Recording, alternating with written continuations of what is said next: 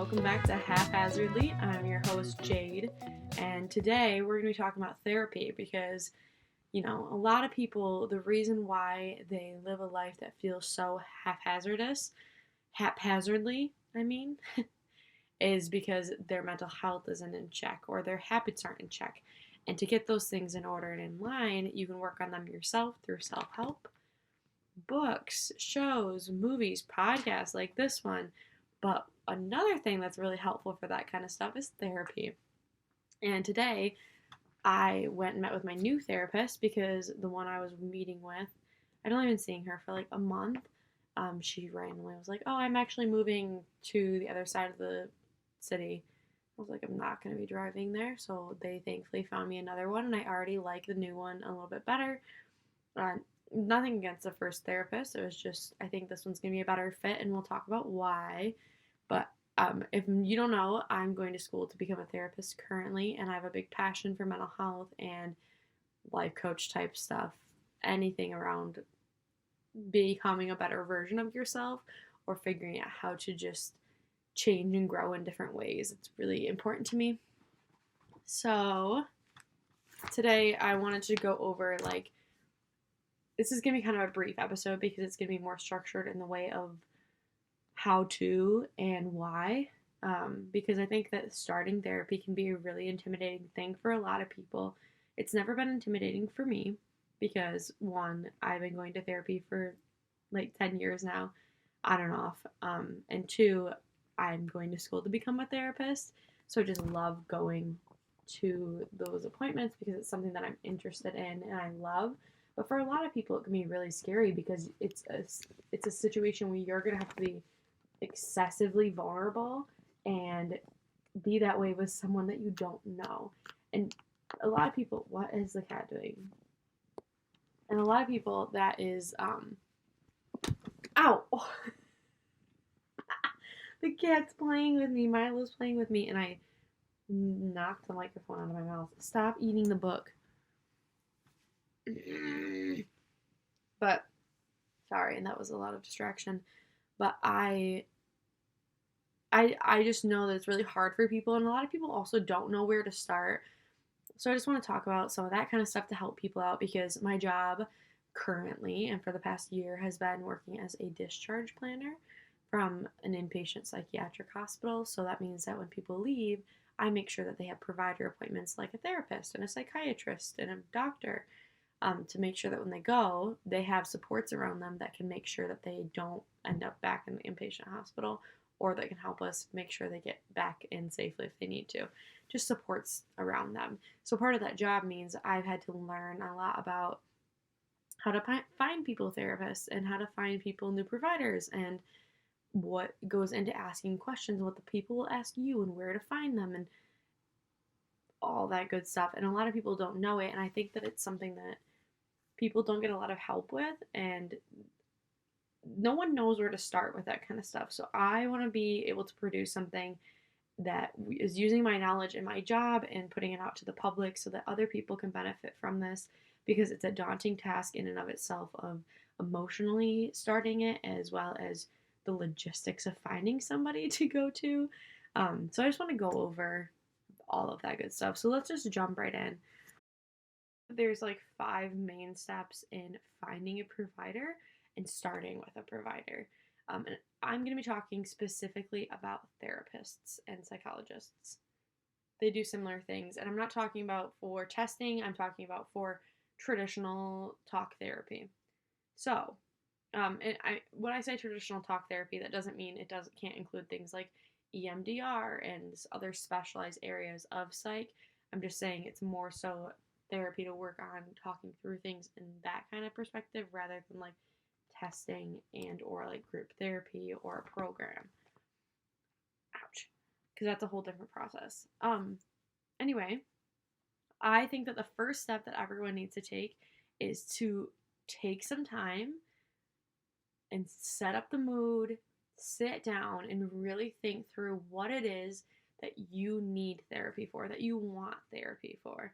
Because when you call places or you look up places, they're going to ask what it is, and you might be able to just say all the things that you have going on, but I think that it's more important to sit down and think through what the specific thing is beforehand so that you know what to look forward to. Because you don't want to be calling a bunch of places or looking into a bunch of places that don't actually apply to what you're going to end up needing. That would be a waste of your time. So, set, it's a Saturday night or whatever. It's a night, and you go into your room and you set the mood with some lights and a candle, and you lay down in bed. And this is sounding like it's going a different way, but it's not. Self-love, not like that. You lay down in bed, get your journal out, and play some like nice soothing background music, no lyrics, and just sit there and really think about your mental health and what is going on in your life and who you want to be and what you want to achieve and what's wrong and what's good, and think through all of that and think through your life and what are the main consistent themes throughout your life, and write them down. Just write down what's going through your head, and then the next morning or even that night, like read it over twice, and the main theme of them will stand out to you. So like maybe let's say you're dealing with anxiety and you're writing and you're like, I've just been feeling like everything is too overwhelming, and my life just feels like it's going by so fast and I can't keep up with anything, and I get so nervous about doing this thing and this thing and this thing, and I also feel so sad all the time. But like, you mention other things like sadness or maybe trauma or suicidal ideation, but the main theme that you're hearing in all of this is anxiety. So then what you'll do is you'll go, okay, it sounds like the root cause, I'm guessing, is anxiety. And you know what? You might be wrong about what the root cause is, and that's why you need to go get therapy, is because you're not a professional. This isn't your area of expertise. You just know that you want help and you need someone else to be there to help you through it. But like I said, finding the cat, it keeps licking the laptop. But finding a provider that is specialized in your area of struggle, that's like your primary one, is going to change the game for them helping you. And you know what? You might be wrong about what your primary one is, but there's a good chance that you intuitively will know what the main one is to some extent, if that makes sense. Like, you can have anxiety and depression, but anxiety could just be a subsymptom of your depression. So the main umbrella diagnosis would be depression, because everything else is coming as a result of that. Or trauma could be the umbrella one, and everything else can be coming from that. And you don't need to know exactly what it is, but if you have a generalized idea of what term best applies to you, that's some good grounds to work off of. So then what you're going to do is you're going to think about what kind of, this is a second step. First step is figuring out like what the primary purpose is that you want to get out of therapy, and like the psychological terminology of like diagnoses and issues people are dealing with that you can explain to people, like anxiety, depression, suicide, trauma, ADHD, OCD, whatever. Think about which one of those is your main focus, and then and then next you want to think about what you want in a therapist. Like, what do you actually want in a provider? And I honestly think this is the most important step, and a lot of people don't think through this, and it's also why they give up so quickly on doing therapy. Because what happens is people don't think about what they want in a therapist, or that they may even have preferences, and they just pick the first person available, and they get in and they don't like the person. They're like, well, that was a waste of my time. I just spent a month trying to get to know this person and trust them, and now I don't like them, so like now I'm gonna go do it again with another person and then not trust them. And that still might happen even with doing these steps, but I think that these steps will help prevent that, especially in step 2, which is thinking about what you want in a therapist. So like, do you prefer a male or female, or maybe you prefer someone that is in like a gender non-binary because you also are in that category. I think gender is probably one of the most important ones for me, because I do not want to work with a male ever. I do not want to work with a biological male ever, ever, ever. Even someone that presents as a male, I just can't do that. It's not going to work for me. I don't go to any providers that are male presenting in any context, no matter what it is. I just don't feel comfortable doing that. I will only work with females. Another important thing to consider, age. I personally cannot go see a provider in therapy if they're around my age or even like only 10 years older than me. They have to be quite significantly older than me. Like I need someone that's like in their mid to late 30s, early 40s and older. Because if it's someone that's close to me in age, I'm going to be like, you have just as much experience as I do, and my knowledge basis is pretty similar to yours. Because you likely just graduated a few years ago and like you've only been practicing for a few years, and we're just too close in age and have too much in common. It feels like I'm talking to a friend. And for me and a provider, I need someone that's more like a older elder type, not elder like elderly, but it's like someone that I can look up to as an elder to learn from, and that's just a personal preference. Some other people might only feel comfortable talking with someone around their own age, but that's really important to think about. And then license or degree. This doesn't matter a whole lot to me. Sometimes I do find it easier for me to have someone that has their doctoral degree because I'm in the middle of getting my master's.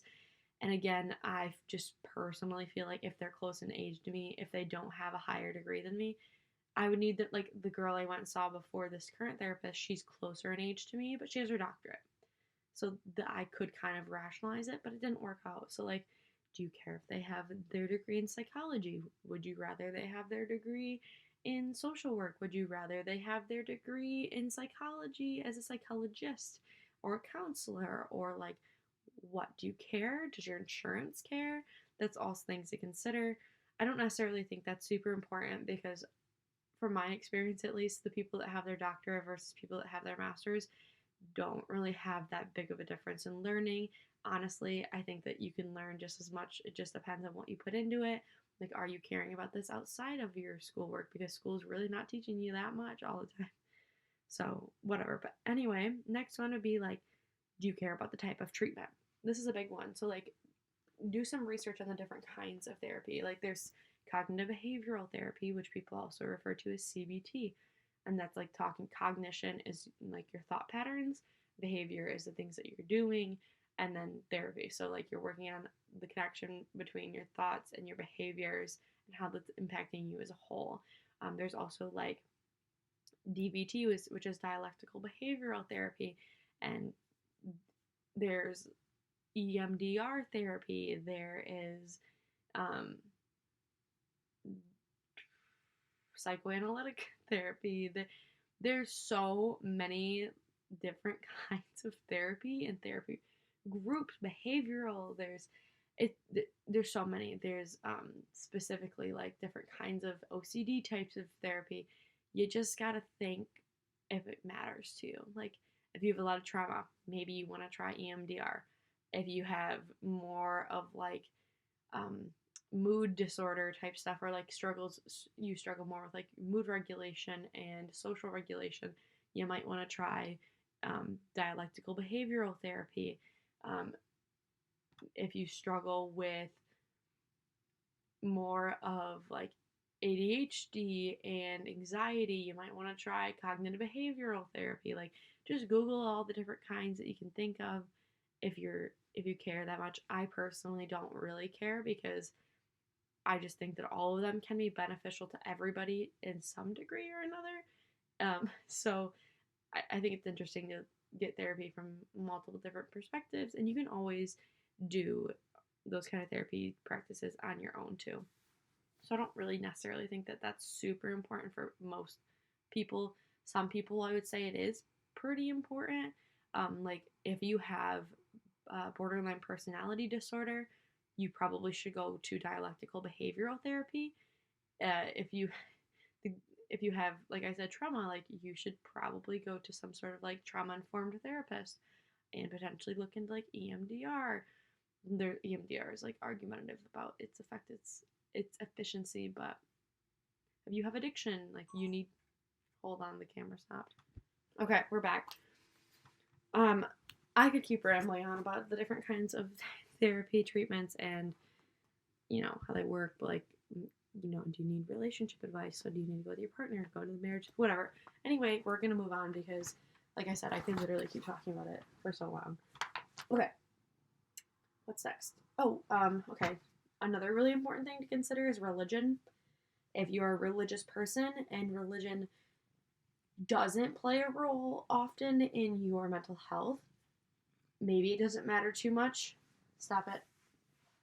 But if you're religious and it does play a role, like for me, religion plays a really big role in my mental health because I am very invested in religion in general. So I need to go to someone that is religious or spiritual. Like, I personally don't really care what religion they are. As long as they are religious, I always ask for someone that is religious or spiritual in some way, which I'm super excited because my new therapist is, so that's cool. Another important thing that seems like this seems like something people tend to be a little bit afraid to say that they actually have a preference for, and you shouldn't. You're not going to get in trouble for saying this. It is a very important thing to consider when finding a therapist is you need to consider race and ethnicity. If you are you can't go to a therapist. I mean, you can, but if you are from, like, let's say, okay, here's a good example. If you are someone that is legitimately has African culture in you, and you go to some Dutch white person, I'm saying this example because in West Michigan there are a lot of Dutch CRC people that have Dutch culture, and there's a lot of actual like immigrants from Africa, and they have African culture. And there's a big barrier between understanding of the presentation of certain symptoms as being cultural versus being mental health related. Like, the Dutch people might think that like presentation of mourning or like more of like death related things is like severe mental health reactions, but in reality it's just more of a cultural appropriate way to respond in those situations. And if they had a provider that had that similar background of that their own culture, there wouldn't be that issue. um, and I've heard a lot of people say, like, I spend more time explaining the cultural things to my therapist than we actually do working through it, and it's been a big barrier for me. And that's why it's important that you do consider that. Like, if you have a lot of like cultural stuff that plays a role into your mental health, like the way that like family dynamics and relationship dynamics and um, stigmas around mental health, it might be good for you to consider going to someone of the same race as you. Or maybe if you have like significant trauma from the same race as you, maybe you need to go to someone, and that's like your main focus. Maybe you need to go to someone from a different race or ethnic groups even. And it might be hard to find ethnic groups that are similar to you. Um, but it's still something that is important to do, just like religion, if it's something that might be affecting you. A lot of people don't have tons of problems with this, but some people do, and it's something to consider. And then the last thing I think is important to consider is if you would rather do telehealth or be in person. And this is a really big new one. But it's easier to get telehealth appointments right now. It's way faster, way more easily accessible. And the problem is a lot of people don't want telehealth. They would prefer in person. So just consider that you might need to be flexible when starting out, or if you want the appointment sooner, you might have to do telehealth. But if you can wait for an in-person, then definitely wait for an in-person. It's just something to consider. All right, next is to find a provider. And here's where it kind of gets confusing, because this is where people are like, well, I don't know what to do. I would first start out by checking with your insurance. And your insurance will oftentimes have recommended providers or whatever. Or like they can list off um, the name, like the types of licenses that they accept and what your copay will be. Like, check into all of that and make sure you know before you go to the therapist or even start calling. And then I would go to Psychology Today. Honestly, I wouldn't. That wouldn't be my first step. My personal first step would be that if I have an insurance provider that's more widely accepted, I would just start calling places. I would go on Google Maps and I would just type in like therapists or like psychologists, and I would just start calling all the places and ask if they have any therapists that are available. Book on one of your lunch breaks. Spend the hour just calling a bunch of random places around you and doing that. Um, and then after doing that, if you're still waiting to hear back from a lot of people and you haven't heard anything, or maybe as just another way to look into things, I would go to psychologytoday.com and go to the Find a Therapist page. You can filter by insurance on there as well as like specific specialties. Like if you're struggling with PTSD, you can say that you want someone that focuses on that. You can also filter by gender, and then you can go and look at their pictures and base it off of the way they look, or like, if it says they're available or whatever, um, and go through it that way. And the other way that I think is easiest if you really need an appointment quickly would be to call major, large organizations. So if you want telehealth, that would mean contacting a place like BetterHelp or, um, oh my gosh, I can't even remember any of the other ones. Like just online ones that are fully online. Try to contact them. I know Headspace does therapy now as well. Or like even just large organizations in your area. Like here in West Michigan, we have Pine Rest, Forest View, Counseling Center of West Michigan. Like there's a lot like that you can contact to see if they have anything available, and they have such a large basis that it'll be easy to get in contact with them. And honestly, put yourself on wait lists. Don't like say no to wait lists. Just do, if anyone has a wait list, just say yes, and then if you do find a provider while you're still on a bunch of different wait lists, just ignore their calls. That's my main tip for finding a provider. Um, and then once you find that person, definitely book a few appointments out, like after your first appointment. But when you go into the first appointment, try to be prepared to know that you're going to have to answer, most of the time, a lot of questions. And the first one's not going to be super therapeutic often. It's going to be more of them getting a basic understanding of who you are, what you're dealing with, all that good stuff. So like go into it knowing that you're going to have to talk about some stuff and share with them. So be prepared to do that. And also just like keep in mind they are a stranger. And I know that can seem scary, but it shouldn't be. Like they literally don't know you. They don't know your family. They don't know the people around you. They have no bias. They are going to be a great insight to everything going on in your life because they don't have the bias of wanting to like make sure other people feel okay about what you're saying and not hurting other people in your circle's feelings, and they can't go share the information with other people that you know, and they can't share the information in general. And even if they were stupid and did that, they don't know anyone that you know. It literally doesn't matter. It does not matter. They are a complete stranger, and while that can seem really scary, it should make you feel better because a stranger doesn't judge you, and like they can't share the information with the people that you could hurt their feelings by. So like some of the questions you probably will have to answer on your first day in are like, tell me about who's in your family. What's your relationship with the people in your family and the people you live with? How's your social life? How has it been historically? How'd you do in school? When did you first start having symptoms of this thing? And tell me what your symptoms are. You might even have to fill out some questionnaires of like how your current anxiety is, how your current depression is. Just going over all the details. They're going to ask you about trauma. And if you don't feel like sharing about your trauma, just say, I do have trauma, but I don't want to discuss it at this point, and I will tell you if I'm ready to. They won't ask again because it literally doesn't make a difference in their lives. They do not care. That sounds bad, but like they don't. Like it's not that it doesn't affect them whether or not you share. They're there to help you and to be there for you, and that makes them happy. That's why they're doing what they do. But if you choose not to do things, it's not going to hurt their feelings. It's not going to make them feel uncomfortable. Like none of that. So don't worry. I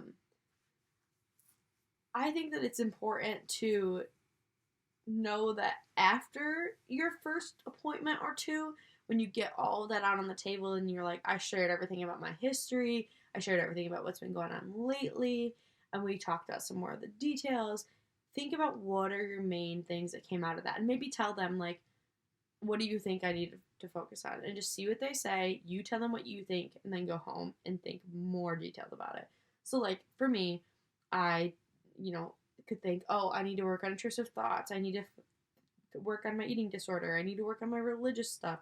I need to work on my routine, my ADHD, my blah, blah, blah, blah, blah, blah. That's too many things to work on. So tell them, from what I've told you, what's it sound? What do you think is my main problem? And they'll tell you. And then you'll go, okay, and I hear these ones from myself. And then you can go home and make a really detailed thing to give them for expectations. So, like, I think that on top of, like, what your expectations are of, like, a main goal, think about what your expectations are for them as well. So, like, for me, I really want my provider to give me homework. Like, I want something tangible to do and carry with me throughout the week. Like, oh, this week I need to practice when I'm starting to feel hateful towards myself. I'm going to pause and say 3 affirmations, or like even like them printing off physical homework things for me to do. Um, that can be really helpful for me. I also need them to not let me ramble because I can talk nonstop, and I will. And my last therapist just let me talk, and she didn't interrupt me. And then I would pause, and she still would just sit there, and then I'd have to like ask her, and then she wouldn't really give me much insight. But I need people. I'm not. I have plenty of outlets to talk to. I'm not there because I need someone to talk to, and maybe you or somebody else might go to therapy because I need an outlet to just talk to. But for me, I need someone that's going to help me like slow down and like think through like what's going on and talk to me about it. Um, so I need them to interrupt me and not let me ramble. I also need them to be able to address with me like, why do you think this is happening? What are the barriers? And like just using different kind of practices to do that. Um, and then make a plan to review after X amount of time or days. So like I'm gonna share with you the plan that I made. So like I said, step 4 is to make sure that you understand like what the overview of all the things you want to work on are, and then decide what specific thing you want to work on and why, and share that with your provider, and make sure that in that it includes things that you need them to do for you, um, to make your therapy effective. And then step 5 is to make a plan to review after whatever X amount of time to see how you're doing and if there's something else you want to focus on. So those are the steps to getting therapy and starting therapy. Um, I think that those are like the simplified steps of doing it. And just tell yourself, like, I'm going to do this for this long and stick it out. And if I don't like it after this long, I'll try someone else, you know? All right. Let's look at my therapy plan. I really want to lay down, but oh, my nail's so cozy. My shoulders hurt. Oh. Okay. So my therapy plan that I'm going to share this with my therapist next time we meet, because today we met and we just talked about like my background and all the different things that I know that I need to work on. And I want to pick one thing though, because while I have a ton of things that I need to work on, we can't do all of them, and it's not going to be as effective if we try to do all of them. So I need to just pick one to do, and then later we'll come back to the other one. So I chose to focus on routine/control. Why did I choose this? This impacts every area of my life. If I can learn in this area, I can more easily succeed in others. So like for me, I am a control freak, and it ends up leading to me not being able to follow things because everything is so rigid that I just fail. And I can't work on my intrusive thoughts about other things if this part is still bothering me, because if this part's not in place, I just give everything up. If my routine is off, I just give up on doing anything else that follows it, including my routine, my religion, my whatever, all my other things. So the problem is that I'm very self-hating. If I even slightly slip up, I give up. Everything is rigid. I cannot deal with uncertainty, and I always need to control things. And when things get overwhelming, I just give up. And that means that when things get overwhelming, any of the other areas I need to work on, I give up. All right, so how am I going to do this? How am I going to work on this? I'm going to share my planned routine. I'm going to meditate and have homework to work on from therapy. And I would also really like insights to why I'm doing these things and methods and how to implement changes. So what I mean by this is I want my therapist to give me like insight when I'm talking, when I'm like sitting down. I'm like, and she's like, how's your routine going this week? I'm like, oh, I did this and I gave up on this part of it because, like, for example, I gave up on my food because I, ate a chocolate bar, and that meant that I failed. So now I just gave up for the rest of the week. I'll start again on Monday. I want her to be like, okay, so like let's think through like why couldn't you have continued? Like I want her to like be able to point those things out, because when I'm aware of them, I don't always like take the time to talk through them. And that's what I'm there for. And I also want her to give me homework related to those things and more practices I put into place for it rather than just thoughts to have, because I already have plenty of thoughts that I can make up on my own. And then my time frame for this is to focus on this until the end of March, and then reassess what I want to focus on. I will know it's completed because I will be able to maintain a daily routine. Even when things and parts of the days fail, I will be able to have a kinder, more loving internal dialogue regarding to the failure and not completely start over. Because right now, like I said, if I mess up even slightly, I just give completely up and I don't do anything else. But I want to be able to, I'll know that I succeeded in working on my routine and my control issues. If I can do my routines, and let's say, for example, I don't work out the day I'm supposed to, I continue with the routine the following days and the rest of that day, even though I messed up a part of it. That's how I know I will have succeeded, as well as the fact that I won't have a hateful internal dialogue at all times about it, saying, you're such a failure, you're such a screw up, why'd you do that, you're so lazy, you're so stupid, why didn't you do that, why are you so stupid, you're so lazy, why did you give up, you gave up so fast, it's because you don't care about anything, you just don't do anything right. I'll instead be like, it's okay that I didn't do that, this came up, this is why it happened, I'll just do it again tomorrow. Like, it's okay, it's not the end of the world, life isn't going to fall apart. I'm proud of myself for the other things that I've done and how well I've continued to do. So that's, I love this cat so much. That's my plan with my therapist, and I encourage you to make one of your own when you're starting therapy. So, like, when you start with a therapist, just know that you are what, like, therapy is going to be what you make of it. And if you're just going in there and sitting down and not actually choosing to prioritize doing it and being present and putting your best foot forward, it's just going to be you sitting down. It's going to be like you going to sit down at a coffee shop, do nothing. Like, it's not going to, you're going to get out of it what you put into it. Okay, I'm so distracted right now, so I'm just going to say goodbye now. Alright, I hope that you guys start going to therapy if you are ready to do that and you can afford to.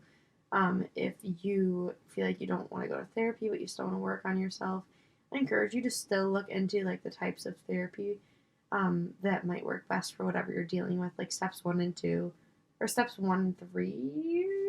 I don't remember, but the step of like figuring out like what is your primary thing you need and like what kind of therapy you need. Look into those still, and then look up workbooks. Like if you have anxiety and you want to work on your anxiety and you don't want to go to therapy because maybe you can't afford to, or maybe you just don't feel comfortable doing that yet, like I encourage you to start watching more YouTube videos on the topics and TED Talks on the topics, and pick a day of the week that's going to be like your personal therapy day, and watch one TED Talk and then buy this like a CBT workbook and read parts of it and then do the workbook pages of it, and pick a day a week to do that. And you can still get stuff out of it. Like, you don't have to go to a therapist to work on these things. You can still gain a lot from doing it on your own time. And if you do both of them, cheers to you. That'll be really great. And it's a thing that I wish I was being able to maintain. But yeah. All right. Good luck on your adventures. If you guys need help with anything or want any insight on this area, just feel free to shoot me a message and I'll see what I can do. But thank you so much for watching, listening, whatever you chose to do today. If you like this podcast, please review it on the podcast. Oh my gosh, I can't talk. On the audio forum, please give it a review and subscribe to it or follow it, whatever it's called. If you're watching on YouTube, please give it a like and subscribe. And more than anything else, just please share this with somebody who might need to hear it or might need some guidance in this area, so that they can help, so that I can maybe help them and they can learn something new, as well as you guys help me out by helping me reach new audiences. Alright, well, I will see you next week, Wednesday, and I hope you have a great rest of your week and an awesome start to your new year. Don't be hard on yourself. Give yourself some grace and love while you go through this process and know that it is a lifelong journey, not just right now in the moment. All right, have a good